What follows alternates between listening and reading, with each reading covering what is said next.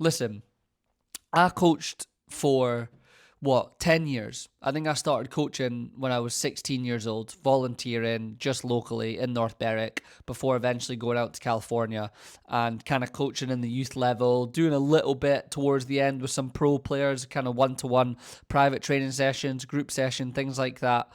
But let's just talk about the kind of group actual team coaching stuff. We've been in an era probably since about 2010-ish. When's that really good Barcelona team? 2009, 2010. That whole Pep Barcelona team that inspired me to get into coaching as well, right? They did inspire me to get into coaching, and it's inspired a lot of people to get into coaching. And they were brilliant. They were absolutely amazing to watch. You go back and you watch them on YouTube. It was absolutely sensational. And then obviously what comes to that is people then want to follow that. It inspires them. They want to get into the game. But a lot of times what happens is not a full understanding of what that style actually is, right? And you become copycats. And I'm just using the example of where I was out in America, right? Lots of great coaches, lots of great ideas. You're learning off of people, lots of different cultures. I loved it. And to be honest, I realized at about 25, when I eventually decided it wasn't for me anymore, I didn't have what it took to be a coach in the youth game due to the politics off the field. And I didn't want to pursue a coaching career trying to go to the higher level. I just knew it wasn't for me. I was in a different phase of life, different person. But one thing I've seen a lot of was a lot of people come along with a lot of fancy coaching sessions, with a lot of equipment, colourful hurdles, colourful cones, skill shots, goal shots, the parachutes that you run with, that you see, all of these things, right? Great. They all have a reason. They all have a purpose. And I used to watch these people and, people about, wow, look at the training, it looks so good and everything like that. And don't get me wrong, it was. I was like, that looks fun. I'd like that as a player probably. It looks good. Then it would come to the games. And these teams would have the ball and they would knock it around the back and into the midfield and it was great and the other team couldn't really get the ball. And these coaches used to get praised and they used to get paid like $8,000 to $10,000 a month for these 2 or 3 teams that they coached because of how they played and people were in awe. They struggled to score goals. And when they didn't have the ball, they didn't know what to do. They were so open. And yet this whole mirage, this whole facade of how they passed the ball and how the coach spoke and all these things seemed to outweigh, at the end of the day, what it's really about. And that is all of that plus winning. Now, I know when you're coaching kids and stuff like that, winning's not the end all and be all. But even at that time, if you're not winning as a coach, I'll tell you right now, the parents are going to come to you and they're going to have a go at you and you're going to have a nightmare. So look, it's not the same as like Rangers and Real Madrid and Liverpool and Man United and whatever. I totally get that, but football is football. Football is football. Like we overcomplicate it. We put all these buzzwords in.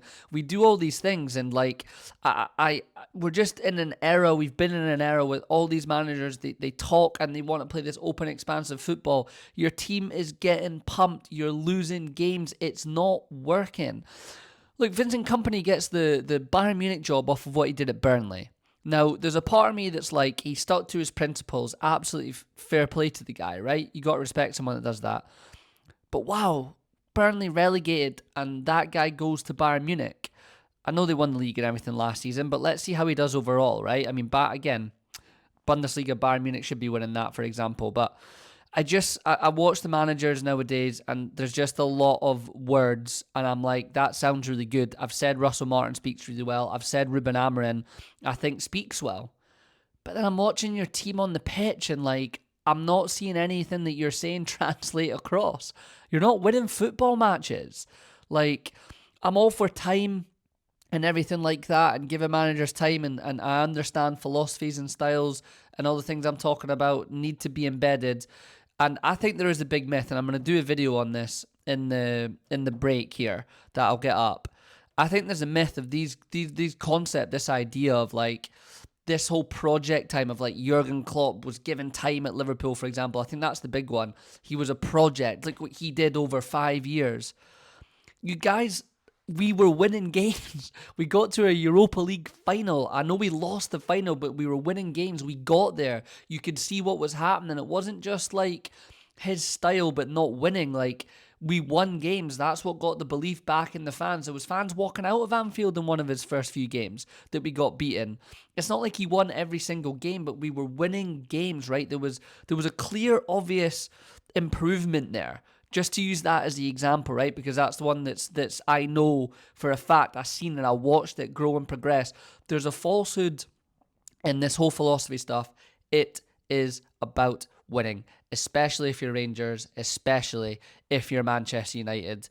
And look, he's what's that? What's Russell Martin had? 10 games, as I just said there. Like that's not a lot of time, right? But you have to hit the ground running, mate.